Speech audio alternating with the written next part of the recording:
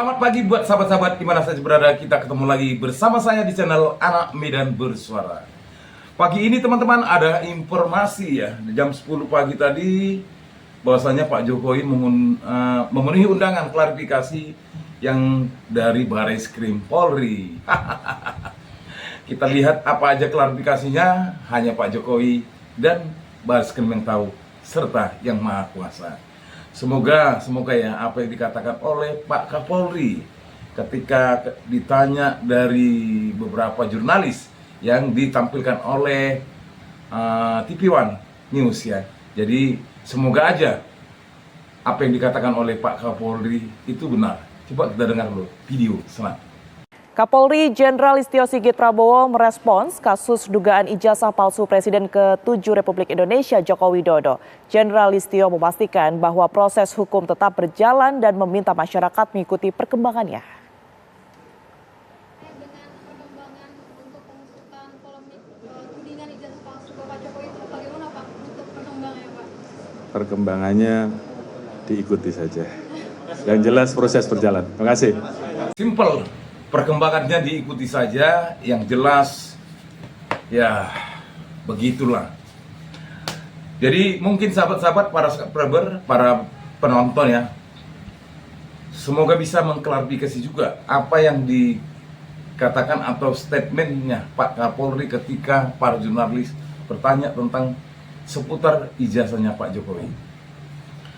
Jadi siapapun dan apapun kalimatnya ya kita terima karena negara kita adalah negara demokrasi. Namun teman-teman, kita jangan lengah. Ya, jangan lengah satu seperdetik pun. Karena kita mau Indonesia ini adalah Indonesia yang penuh dengan kebenaran, bukan kebohongan.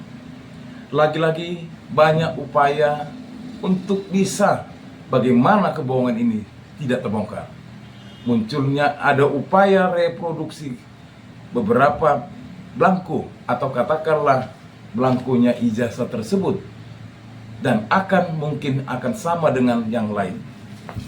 Namun kebenaran atau kebohongan itu pasti akan muncul bagaimanapun susunan yang dikelola ataupun dibuat rapi, teliti dan sebagainya. Namun seperti kata pepatah, sepandai-pandai tupai melompat sekali waktu jatuh juga. Bahkan ada yang mengaku temannya Pak Jokowi dikala itu sama satu kuliah, bahkan sama-sama di wisuda. Namun sepertinya ada yang aneh tentang hal ini. Ikutin terus di Anak Medan Bersuara.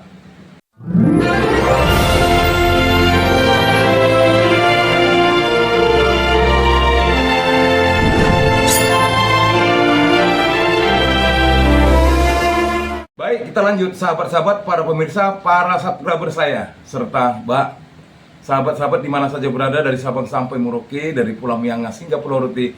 Semoga upload atau konten ini bisa sampai ke aplikasi Anda. Baik, namun seperti apa yang saya katakan teman-teman, sepandai-pandai apapun, apabila ada orang yang berbuat jahat, menutup, bahkan menyusun rapi, suatu saat pasti akan terbongkar. Karena api kebenaran masih tetap kita nyalakan lewat teman-teman, lewat para subscriber, serta lewat para tokoh-tokoh masyarakat dan komponen-komponen masyarakat yang memang tidak mau kita terlena dan tertidur pulas oleh beberapa hal yang membuat kita tidak mau bertindak untuk membongkar kebohongan. Dan ini didapat teman-teman ya, baik bagaimana ada upaya reproduksi yang bisa teman-teman tonton di upload video saya kemarin ya. Begitu juga ada beberapa yang mungkin teman-teman pasti akan lihat nanti di konten ini, di mana sang misteri tersebut akan membongkar. Tapi dengan catatan ya, perbandingan antara ijazah satu dengan ijazah lain itu tidak disebut nama, tapi nomor. Karena barang tersebut kemarin ada nomor di sini yang akan bisa dibandingkan dengan 3 perbandingan ijazah dengan tahun yang sama, dengan fakultas yang sama. Karena beliau mengingatkan, kalau perbandingan itu memang apple to apple, dan harus memang satu fakultas dan satu universitas. Karena mungkin masing-masing universitas, masing-masing beda belangko dan plakatnya. Namun sebelum kita masuk ke konten tersebut, kita dengar dulu ada dari teman kita, sahabat kita ya, di mana ini adalah seseorang yang menyatakan dia sama-sama wisuda dan sama-sama kuliah, Andi Pramaria. Namun channel QNP ya, QNP opposite memberitahukan kepada kita sepertinya ada yang aneh.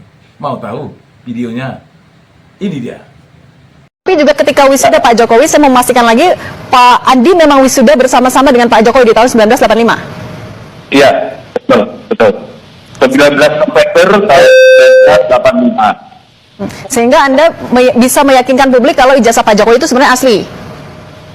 Kalau yang ditunjukkan, itu saya nggak ngerti Pak ya, asli atau palsu, tetapi kalau di wisuda, memang Pak Jokowi wisuda bersama saya.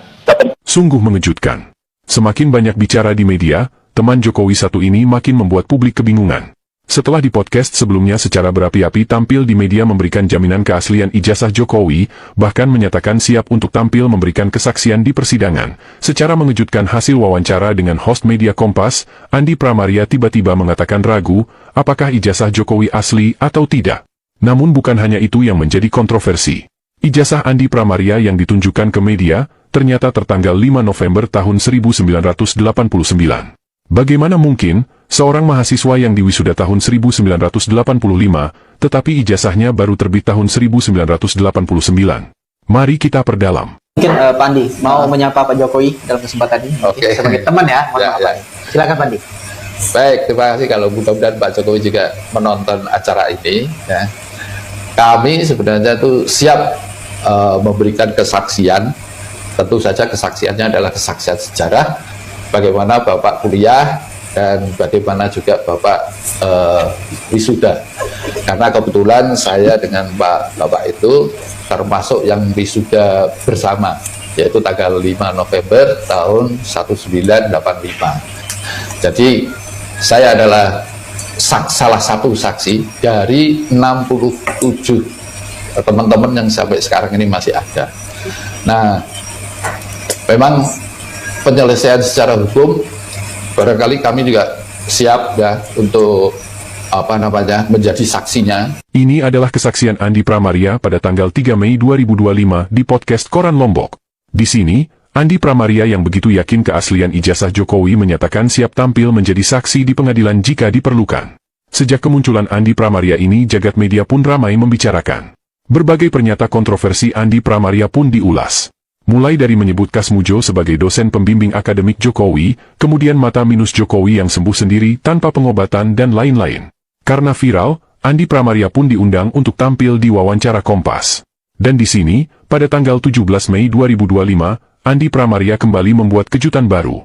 Kontroversi pertama adalah Andi Pramaria membenarkan pernyataan Kasmujo bahwa pada masa Andi Pramaria kuliah, Kasmujo hanyalah seorang asisten dosen. Sementara di podcast sebelumnya, Andi Pramaria dengan penuh percaya diri menyebut Kasmujo adalah dosen pembimbing akademik Jokowi.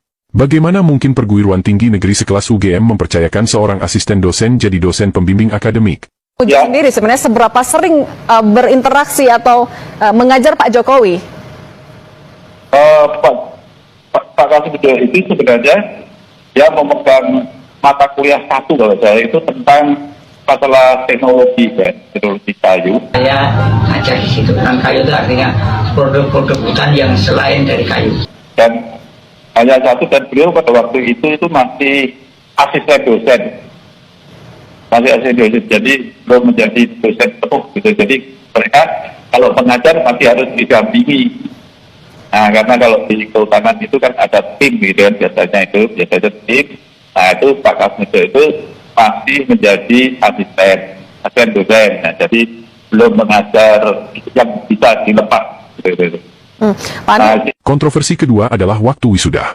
Di podcast pertama, 2 Mei 2025, Andi Pramaria menyebut wisuda tanggal 5 November 1985. Tapi di wawancara tanggal 17 Mei 2025, Andi Pramaria menyebut tanggal wisuda mereka 19 November 1985. Bagaimana Bapak kuliah dan bagaimana juga Bapak wisuda. Karena kebetulan saya dengan Bapak itu termasuk yang wisuda bersama, yaitu tanggal 5 November tahun 1985. Jadi Tapi juga ketika wisuda Pak Jokowi, saya memastikan lagi, Pak Andi memang wisuda bersama-sama dengan Pak Jokowi di tahun 1985? Iya, betul. 19 November tahun 1985. Sehingga Anda Namun inkonsistensi soal tanggal wisuda ini masih bisa dimaklumi. Hanya selisih tanggal, dan masih bisa ditoleransi, mengingat umur Andi Pramuria yang sudah tidak muda lagi, dan adalah manusiawi jika bisa lupa tanggal wisuda yang sesungguhnya. Namun demikian, entah di wisuda tanggal 5 November atau tanggal 19 November, Andi Pramaria tetap konsisten menyebut tahun wisudanya adalah tahun 1985.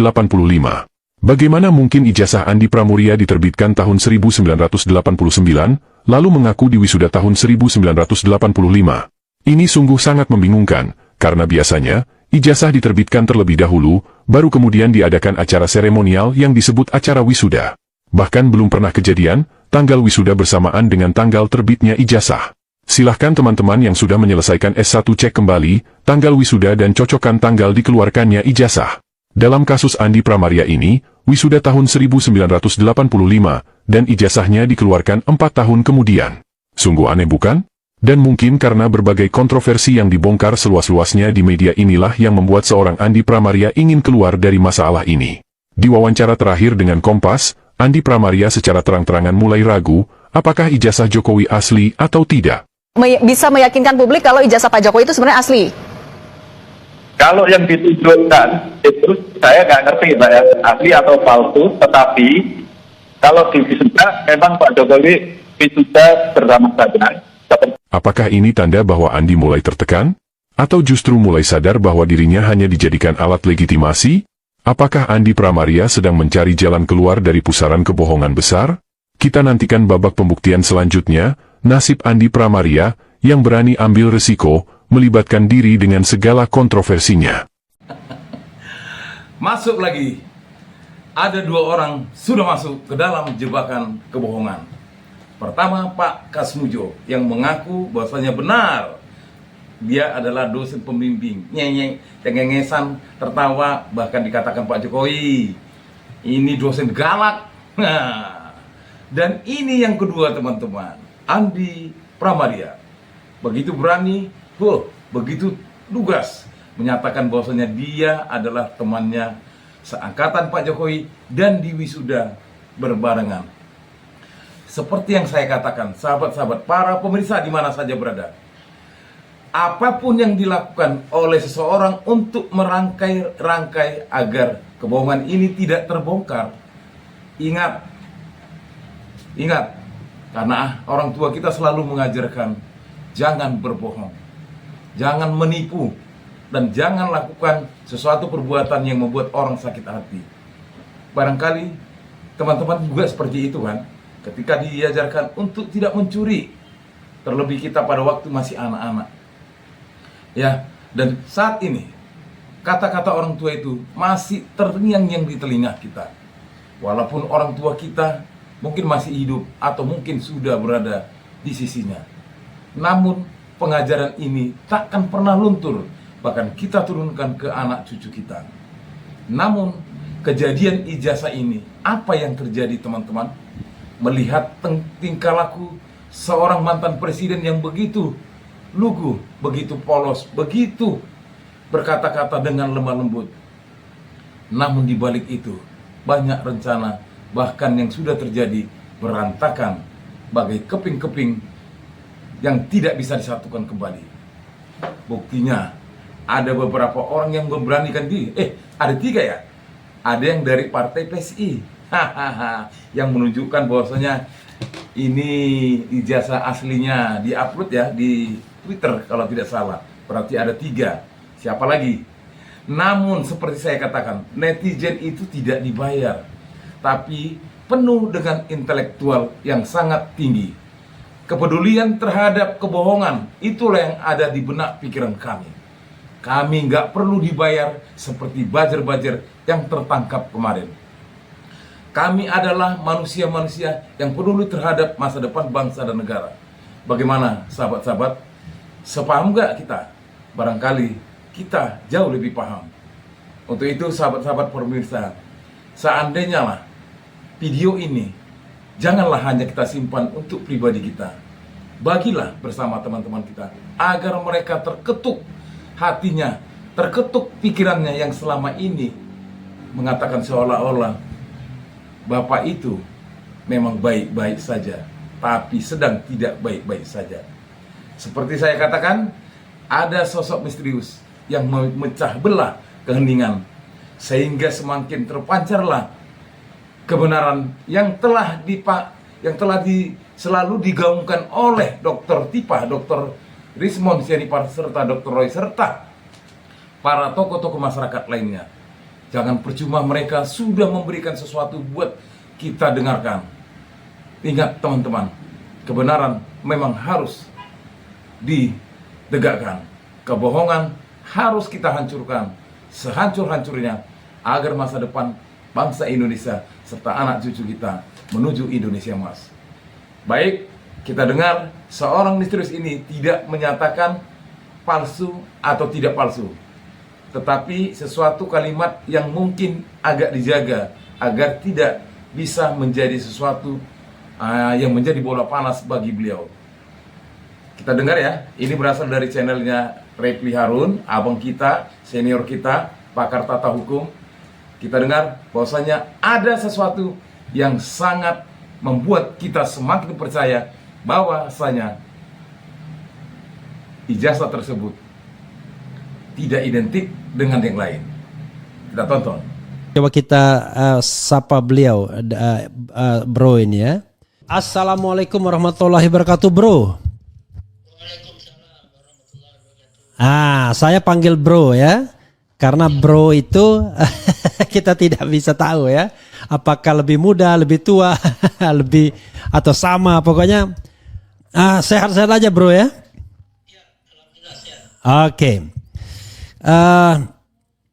Saya tiba-tiba mendapatkan informasi dari Anda mengenai bahwa Anda pernah melakukan semacam apa istilahnya, nanti Anda jelaskan sendiri, terhadap ijazah Fakultas Kehutanan nomor, kalau tidak salah Anda sebutkan 1115 ya kan? 1117 dan 1120 begitu ya? Betul. Nah itu 3 ijazah. Kita tidak sebutkan ijazah itu nama punya siapa, tapi sekali lagi 1115, 1117 dan 1120. Itu ya, ijazah dari Fakultas Kehutanan ya? Fakultas Kehutanan tahun? Untuk tahun kelulusan yang sama. Jadi bukan tahun masuk ya. Oke, tahun kelulusan yang sama. Oke, bro, silakan Anda menjelaskan sedetail-detailnya sesuai dengan prinsip jurnalistik ya kan? Kapan, apa, siapa? Kalau siapanya Anda sebutkan saja nomor ijazah kan? Ya. Apanya Anda melakukan apa? Kemudian di mana? Kapan? Ya kan? Mengapa? Bagaimana? Silakan Anda sebutkan sesuai dengan urutan prinsip jurnalistiknya. Waktu kita kena dilanda COVID, itu kan hidup kita lebih banyak di dunia digital daripada di dunia nyata. Tahun 2021 itu sedang puncak-puncaknya, itu mulai ramal tuduhan, isu tentang tuduhan ijazah, ketidakaslian sebuah ijazah. Oke. Dan kemudian di Twitter ya, saat itu Twitter ya, mulailah netizen ini membanding-bandingkan ijazah A dengan ijazah B, tapi fakultasnya berbeda. Dengan MIPA, ada dengan geologi, Fakultas Kehutanan dengan Fakultas Ekonomi, gitu loh. Ya pasti berbeda, bentuk ijazahnya pasti berbeda, format penulisannya juga berbeda. Karena yang menerbitkan ijazah itu kan fakultas. Oh, fakultas masing-masing ya? Fakultas masing-masing. Okay. Ada yang pakai tulisan tangan, ada yang pakai tulisan pakai rapido kan gitu kan. Kalau fakultas MIPA tuh hurufnya pakai rapido. Tapi kalau Fakultas Kehutanan itu hurufnya pakai tulisan cantik itu loh. Oke. Saya bilanglah di Twitter saat itu, kalau mau membandingkan, kalau mau mendapatkan kebenaran, maka harus apple to apple. Kalau membandingkan ijazah MIPA dengan ijazah MIPA dari UGM tentunya, dari universitas yang sama ya, nggak bisa MIPA UGM dengan MIPA ITB ya, nggak bisa sebelum itu. Kalau mau MIPA ITB yang dengan MIPA IPB, dengan teknik ITB ya dengan teknik ITB kan gitu. Nah, tapi kalau mau membandingkan ijazah kehutanan UGM ya harus dengan fakultas yang sama gitu loh. Bahkan dengan tahun yang sama barangkali ya? Ya, dengan fakultas yang sama dulu. Oke. Dengan fakultas yang sama dulu, kemudian diturunkan lagi yang diterbitkan pada tanggal yang sama. Tahun bisa beda, Bung Refli. Oke. Nah, bisa aja 1 tahun 2 kali wisuda kan, atau 2 kali penerbitan ijazah. Kemudian di Januari, kemudian di November, kan beda itu. Oke, yang Anda bandingkan tuh 3 ijazah itu tanggal yang sama ya? Ya awalnya saya simpan dulu ijazah yang dipermasalahkan. Oke. Ijazah MIPA-nya saya tidak simpan karena tidak apple to apple. Kalau mau mencari kebenaran kan dari hati harus bersih dulu. Oke. Kita tidak ingin mencari kesalahan tapi mau mencari kebenaran kan begitu. Kemudian ada lagi itu saya minta di Twitter siapa yang bisa bantu carikan satu lagi ijazah yang dari Fakultas Kehutanan lulus tahun 85 bulan 11 tanggal 5 sebelum gitu. Ada 5 November 1985 ya? Ya, 5 November 1985. Ada yang tayang satu berwarna kan gitu. Saya ambil lah. Karena foto yang dituduh tidak asli ini kan hitam putih. Ya. Ya ambillah yang berwarna 2. Saya bandingkan. Sorry maaf. Yang berwarna ini yang tadi Anda sebut nomornya tadi ya? 1117. 1117 1115. Bukan 1120 yang baru saya dapat 2 itu. Ya, baru dapat 2 ya. Ya. Dapat 2, saya bandingkan berbeda. Begitu kan? Jadi saya tidak membandingkan tulisan, foto atau apa, tapi yang saya bandingkan adalah yang jauh lebih dalam lagi adalah blanko. Kan ijazah itu kan dibuat di atas belangko. Yeah. Kalau belangkonya sudah tidak sah, ya ijazahnya pasti tidak sah gitu loh. Tapi kalau belangkonya asli, isinya beda, tidak sah, itu namanya aspal. Asli tapi palsu. Yeah. Nah, cukup di belangko dulu. Kalau belangkonya sama, baru data di depannya yang kita cari kebenarannya gitu. Kalau uang palsu itu yang pertama diperiksa adalah kertasnya dulu. Ya. Dokumen itu kertasnya dulu. Kalau kertasnya sudah beda, pasti dokumennya beda. Ya. Gitu. Kalau kertasnya sama, baru isi dokumennya lagi dipelajari. 2 tingkat, gitu loh. Ya. Nah ini di belangkunya berbeda, tapi dia hanya berbeda, tidak bisa. Kalau 2 benda berbeda kan tidak kita bisa bilang bahwa ini yang benar, ini yang salah, atau ini benar, nggak bisa kan begitu. Ya, tapi kalau kemungkinan benar, kemungkinannya kan dua-duanya salah satu benar, atau tapi dua-duanya benar nggak mungkin. Nggak mungkin, karena berbeda. Iya. Gitu loh. Ya. Nah, kemudian saya minta lagi ke teman-teman di luar netizen, teman-teman di luar gitu kan, cariin dong satu lagi. Saya mendapat perbedaan, tapi bisa yang A yang minoritas atau yang B yang minoritas. Saya perlu pihak ketiga, gitu kan. Kalau voting itu kan pihak ketiga minimal ganjil kan. Yeah. Gitu. Nah tiba-tiba jam 1 pagi saya dapat kiriman via WA. Satu lagi foto ijazah hitam putih, nomor ijazah 1115. Oh 1115. Kemudian saya bandingkanlah menggunakan visual comparison, jadi komparasi visual. Visual comparison ya? Komparasi visual. Comparison atau kompresi? Comparison. Komparasi. Comparison ya. Comparison. Kebetulan saya itu pernah punya percetakan dulu masih bujangan. Jadi sudah terbiasa melihat para ahli cetak saya itu melakukan montase. Montase itu Bung Refli kalau datang ke percetakan, Bung Refli bilang bisa nggak cetakin ini kartu kop surat saya sudah jelek nih di ini ya, bisa nggak cetakin. Tapi dokumen yang Bung Refli kasih kan tidak ada filmnya dalam bentuk kertas. Oke. Nah, biasanya kita membuat film baru dengan melakukan teknik montase. Nah, supaya hurufnya diletakkan di tempat yang sama. Dulu belum pakai ini ya, belum pakai laser, dulu pakai litograf itu loh, yang dikerok itu loh, huruf dikerok itu loh Pak. Ya, Itu. oke.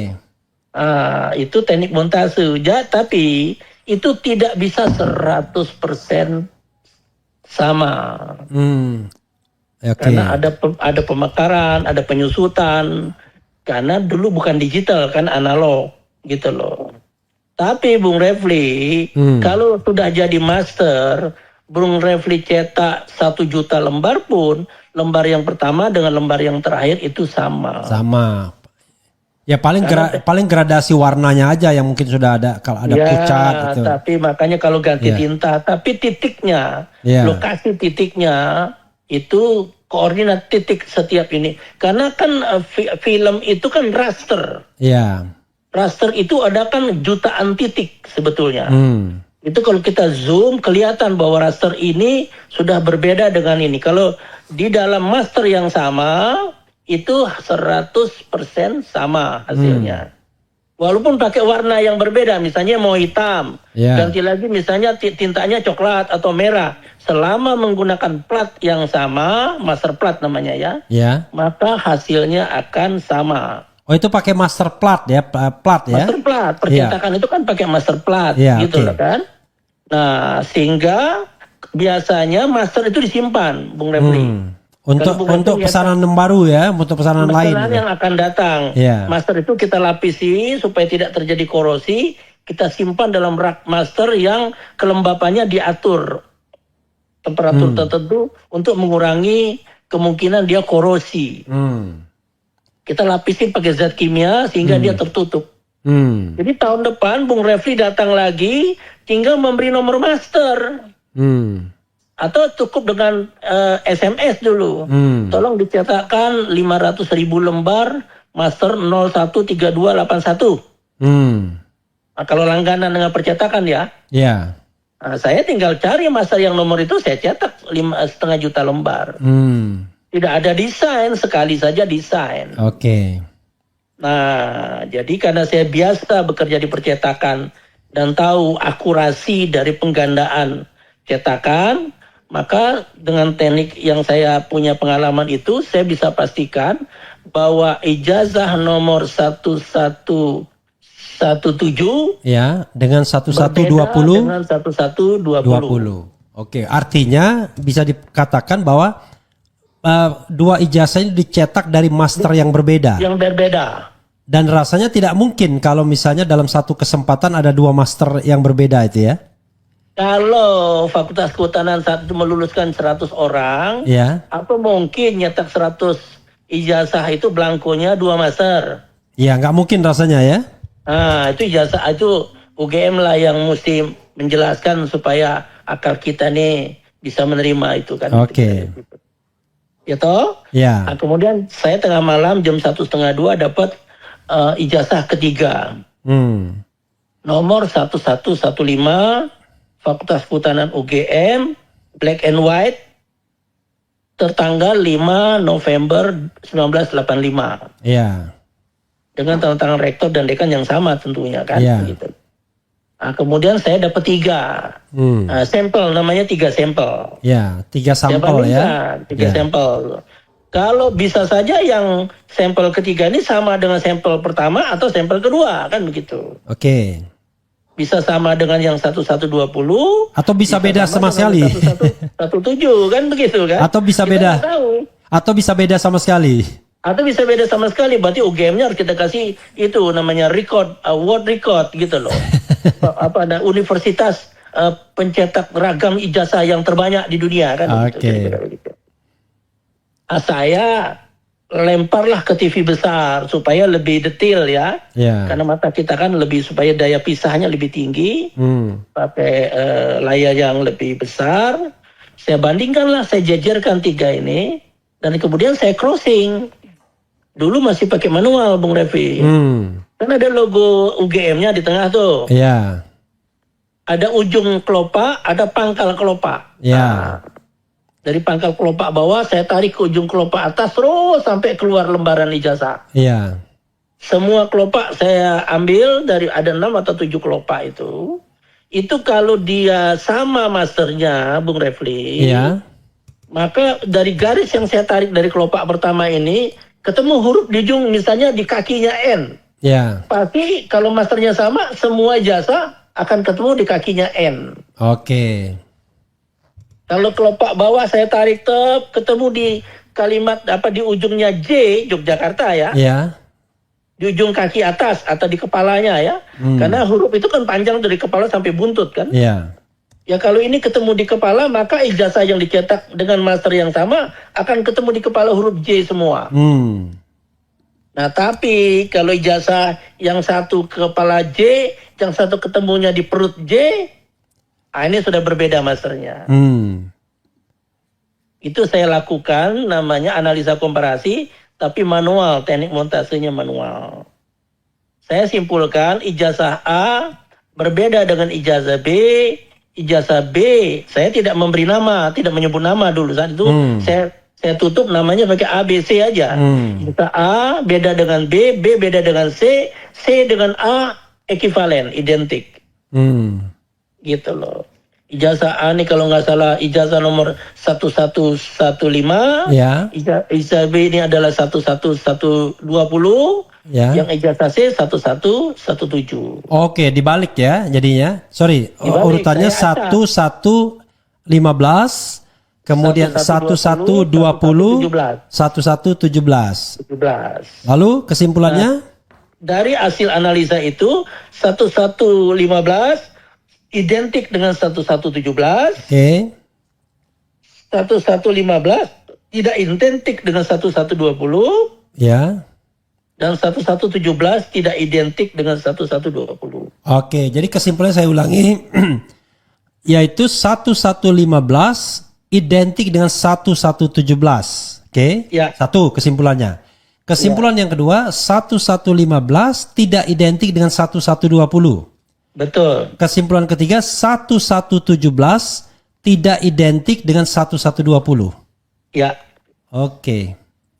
Ada lagi yang bisa disampaikan, Bro? Nah, jadi dari ini saya bisa bilang bahwa saya bisa memastikan bahwa ijazah 1120 dicetak, ditulis menggunakan blanko ijazah yang diproduksi berbeda dengan ijazah nomor 1115 dan berbeda dengan blanko yang dicetak dengan blanko di ijazah 1117. Oke. Baik teman-teman, sosok misterius yang meneliti ijazah lewat blanko. Karena beliau tersebut adalah mantan atau pengusaha pemilik percetakan, jadi dia mengerti tentang blanko dan apa yang disampaikannya tadi ya. Jadi dia bukan membandingkan melalui huruf, melalui tanda tangan, tidak, tetapi melalui blanko. Karena blanko ini adalah bahan utamanya ya, blanko. Jadi dapat disimpulkan teman-teman, tapi ini jadi masukan atau bisa menjadi pengkajian buat teman-teman ya, di mana nomor ijazah 1115 dan 1117, 1120 itu adalah ketika beliau melakukan penelitian. Jadi mungkin 1115 siapa? Teman-teman pasti bisa tahu. Carilah ya. Jadi beliau tidak mau menyebut nama si pemilik ijazah ya. Karena ini bisa membuat nanti jadi jauh lebih berbahaya. Jadi dia menggunakan kata-kata atau kalimat nomor ijazah.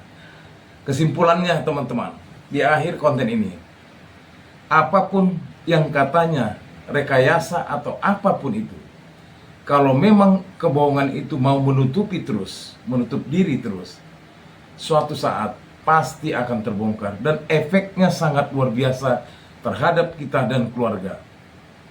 Mending dilakukan pencegahan agar tidak menjadi satu momok dan cibiran masyarakat sampai turun-temurun. Apa kita mau seperti itu?